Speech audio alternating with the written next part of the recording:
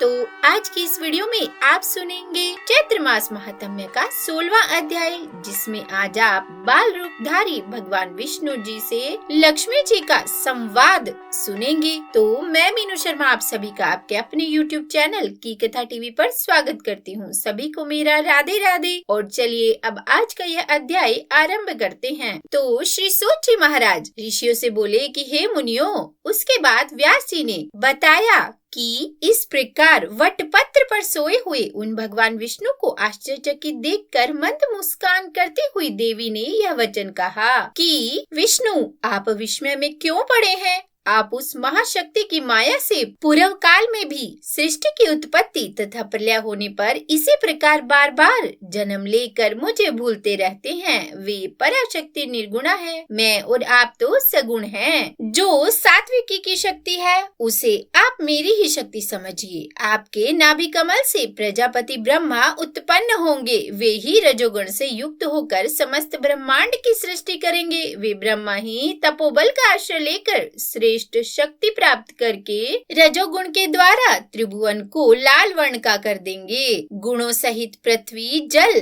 अग्नि, आकाश और वायु, इन पांचों महाभूत की एवं मन के साथ इंद्रियों तथा उनके अधिदेवता की रचना करके वे बुद्धिमान ब्रह्मा जी जगत की सृष्टि करेंगे और इसी कारण वे कर्ता कहे जाएंगे और आप इस विश्व के पालक होंगे। उनके क्रोध करने पर उनकी भव के मध्य भाग से रुद्र उत्पन्न होंगे। हे महामते, वे ही रुद्र तप करके तामसी शक्ति प्राप्त कर कल्पांत के समय सृष्टि के संहार करता होंगे। इसी कारण मैं आपके पास आई हूँ। आप मुझे वही सात्विकी शक्ति समझिए। हे मधुसूदन, मैं यही रहूंगी। मैं तो सर्वदा आपके पास ही रहती हूँ। आपके हृदय में मेरा निरंतर निवास रहता है। तब उसके बाद भगवान विष्णु बोले कि हे देवी, कुछ समय पूर्व मैंने स्पष्ट अक्षरों वाला जो आधा श्लोक सुना वह परम कल्याण प्रद तथा रहस्यमय वाक्य किसने कहा था? हे वरारोहे, यह मुझे शीघ्र बतलाइए। हे सुमुखी, इस विषय में मुझे शंका है। जिस प्रकार निर्धन पुरुष धन की चिंता करता रहता है, उसी प्रकार मैं बार बार स्मरण किया करता हूँ उसका। व्यास जी बोले कि विष्णु के ये वचन सुनकर मुस्कान युक्त मुख मंडल वाली महालक्ष्मी मधुर हास्य के साथ अत्यंत प्रेम से बोली कि हे शौर्य, मेरी बात सुनिए। मैं सगुण रूपा चतुर्भुज भगवती हूँ। आप मुझे जानते हो या ना जानते हो, किंतु मैं सब गुणों का आलय होती हुई निर्गुणा भी हूँ। हे महाभाग, आप यह जान ले कि वह अर्ध श्लोक उसी पराशक्ति ने कहा था। आप उसे सब वेदों का तत्व स्वरूप कल्याणकारी और पुण्यप्रद श्रीमद देवी भागवत समझिए। हे शत्रुमर्दन, हे सूरत, मैं भगवती की परम कृपा मानती हूँ जिसने ऐसा गुप्त एवं परम रहस्य मंत्र आपके कल्याण के लिए कहा। आप इसे सर्वदा ध्यान में रखिए और कभी भी इसे विस्मृत मत कीजिएगा। यह सब शास्त्रों का सार है तथा महाविद्या के द्वारा प्रकाशित किया गया है। इससे बढ़कर त्रिभुवन में कुछ भी ज्ञातव्य नहीं है। आप निश्चय ही देवी के परम प्रिय हैं, इसीलिए उन्होंने यह मंत्र आपको बताया है। और फिर व्यास जी बोले कि महादेवी लक्ष्मी जी के इस वचन को सुनकर चतुर्भुज भगवान विष्णु ने इसे श्रेष्ठ मंत्र समझकर सदा के लिए अपने हृदय में धारण कर लिया। कुछ दिनों के बाद उनके नाभि कमल से उत्पन्न ब्रह्मा जी दैत्यों के भय से डरकर भगवान विष्णु की ही शरण में गए। तब वे भगवान विष्णु भयंकर युद्ध करके मधुकैटभ का वध कर उस विशद अक्षरों वाले श्लोक का उद्धार रूप उस मंत्र का जप करने लगे। भगवान वासुदेव को जप करते हुए देखकर प्रजापति ब्रह्मा जी ने प्रेम पूर्वक कमलापति से पूछा कि हे देवेश, हे पुंडरीकाक्ष, आप किसका जप कर रहे हैं? आपसे भी बढ़कर दूसरा भला कौन है जिसको जानकर आप इतना प्रसन्न हो रहे हैं?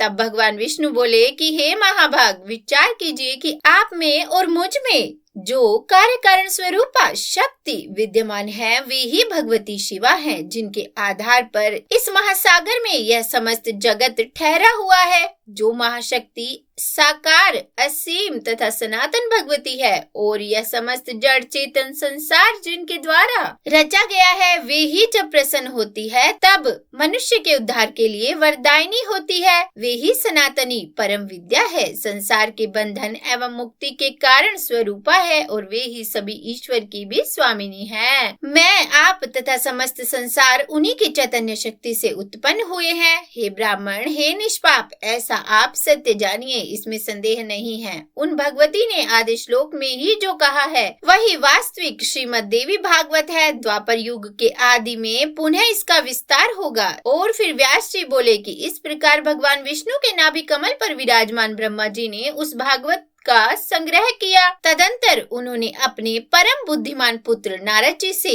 कहा और फिर उसके बाद पूर्व काल में वही भागवत देवऋषि नारद जी ने मुझे दिया और फिर मैंने उसे 12 स्कंद में विस्तृत करके पूर्ण किया। हे महाभाग, वेद तुल्य 5 लक्षणों से युक्त तथा भगवती के उत्तम चरित्रों से ओतप्रोत इस श्रीमद् देवी भागवत पुराण को पढ़ो। तत्व ज्ञान के रस से परिपूर्ण वेदार्थ के द्वारा उपव्रहित और धर्मशास्त्र के समान पुण्यप्रद यह भागवत सभी पुराणों में श्रेष्ठतम है। यह व्रतासुर के वध के कथानक से युक्त विविध आख्यान विख्यान से समन्वित ब्रह्म विद्या का निधान एवं भवसागर से पार कराने वाला है। अतः हे महाभाग, तुम उस भागवत को अवश्य पढ़ो। तुम अत्यंत बुद्धिमान और योग्य हो। हे नरश्रेष्ठ, यह श्रीमद् देवी भागवत पुराण अत्यंत ही पुण्यप्रद है। तुम इसके 18,000 श्लोकों को हृदयगम कर लो। यह पुराण पाठ तथा श्रवण करने वाले के लिए अज्ञान का नाश करने वाला तथा दिव्य ज्ञान रूपी सूर्य का बोध कराने वाला, सुखप्रद, शांतिदायक, धन्य, दीर्घ आयु प्रदान करने वाला, कल्याणकारी तथा पुत्र पौत्र आदि की वृद्धि करने वाला है। लोम हर्षण से उत्पन्न मेरे शिष्य ये धर्मात्मा सूत जी भी तुम्हारे साथ इस पुराण संहिता का अध्ययन करेंगे। और फिर सूत जी बोले कि हे मुनियों, व्यास जी ने मुझसे और अपने पुत्र से इस प्रकार कहा था। तब मैंने उस संपूर्ण विस्तृत पुराण संहिता को विधिवत पढ़ा। उस समय भागवत पुराण का अध्ययन करके शुकदेव जी व्यास जी के पवित्र आश्रम में ही रहने लगे, परंतु दूसरे ब्रह्मपुत्र नारद जी की भांति उन धर्मात्मा को वहाँ शांति न मिल सकी। एकांत में रहने वाले तथा व्याकुल चित्त वे उदासीन की भांति ही दिखाई पड़ते थे। ना वे अधिक भोजन करते और ना ही उपवास पूर्वक रहते थे। इस प्रकार अपने पुत्र शुकदेव को चिंतित देखकर व्यास जी बोले कि हे पुत्र, तुम क्या चिंता करते रहते हो? हे मानद, तुम किस लिए व्याकुल रहते हो? ऋणग्रस्त निर्धन व्यक्ति की भांति तुम सदा चिंता करते रहते हो। हे पुत्र, मुझ पिता के रहते तुम्हें किस बात की चिंता है? तुम मन की गलानी छोड़ो, यथेष्ट रूप से सुख भोग करो, शास्त्रोक्त ज्ञान का चिंतन करो और आत्मचिंतन में मन लगाओ। हे सुव्रत, यदि मेरे उपदेश से तुम्हें शांति नहीं मिलती तो राजा जनक के द्वारा पलित मिथिलापुरी में जाओ। हे महाभाग, वे विदेह राजा जनक तुम्हारे मोह का नाश कर देंगे, क्योंकि वे सत्य सिंधु धर्मात्मा है। हे पुत्र, उन राजा के पास जाकर तुम संदेह दूर करो और वर्णाश्रम धर्म के रहस्य को उनसे यथार्थ रूप से पूछो। वे राजसी जीवन मुक्त ब्रह्म ज्ञान का चिंतन करने वाले पवित्र यथार्थ वक्ता, शांत चित्त तथा सदा योग प्रिय भी हैं। और फिर सूची बोले कि परम तेजस्वी उन व्यास जी का वचन सुनकर अरणी से उत्पन्न शुकदेव जी ने उत्तर दिया कि हे धर्मात्मा, आपके द्वारा यह जो कहा जा रहा है उससे मेरे चित्त में शंका उठती है कि कहीं यह दंभ तो नहीं। जीवन मुक्त तथा विदेह होते हुए भी राजा जनक हर्ष के साथ कैसे राज्य करते हैं? हे पिताजी, यह बात तो वैसे ही असंभव है जैसे किसी बंध्या को पुत्र हो।